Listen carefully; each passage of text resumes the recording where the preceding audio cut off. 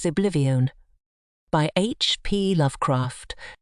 When the last days were upon me, and the ugly trifles of existence began to drive me to madness like the small drops of water that torturers let fall ceaselessly upon one spot of their victim's body, I loved the irradiate refuge of sleep. In my dreams, I found a little of the beauty I had vainly sought in life, and wandered through old gardens and enchanted woods.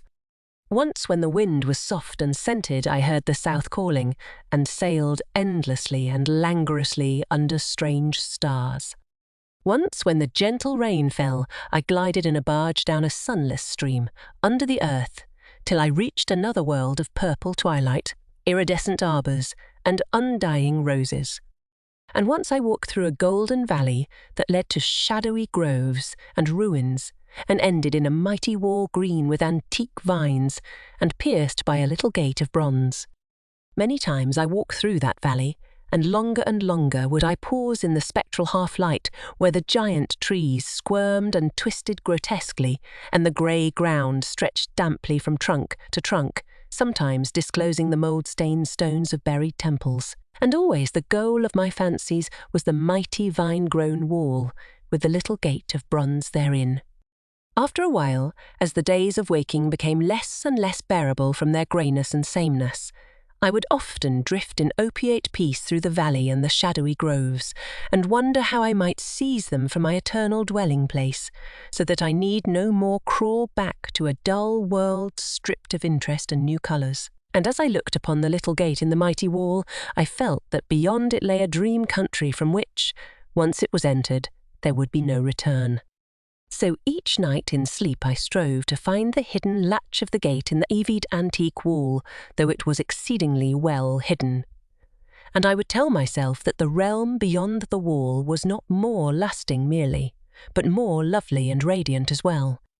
Then one night in the dream city of Zakarian, I found a yellowed papyrus filled with the thoughts of dream sages who dwelt of old in that city, and who were too wise ever to be born in the waking world. Therein were written many things concerning the world of dream, and among them was lore of a golden valley, and a sacred grove with temples, and a high wall pierced by a little bronze gate. When I saw this lore, I knew that it touched on the scenes I had haunted, and I therefore read long in the yellowed papyrus. Some of the dream sages wrote gorgeously of the wonders beyond the irrepressible gate, but others told of horror and disappointment. I knew not which to believe, yet longed more and more to cross forever into the unknown land. For doubt and secrecy are the lure of lurers, and no new horror can be more terrible than the daily torture of the commonplace. So when I learned of the drug which would unlock the gate and drive me through, I resolved to take it when next I awaked. Last night I swallowed the drug and floated dreamily into the golden valley and the shadowy groves. And when I came this time to the antique wall, I saw that the small gate of bronze was ajar. From beyond came a glow that weirdly lit the giant twisted trees and the tops of the buried temples, and I drifted on songfully, expectant of the glories of the land from whence I should never return.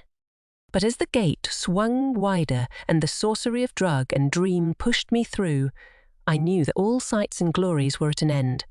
For in that new realm was neither land nor sea, but only the white void of unpeopled and illimitable space. So, happier than I had ever dared hope to be, I dissolved again into that native infinity of crystal oblivion from which the daemon life had called me for one brief and desolate hour.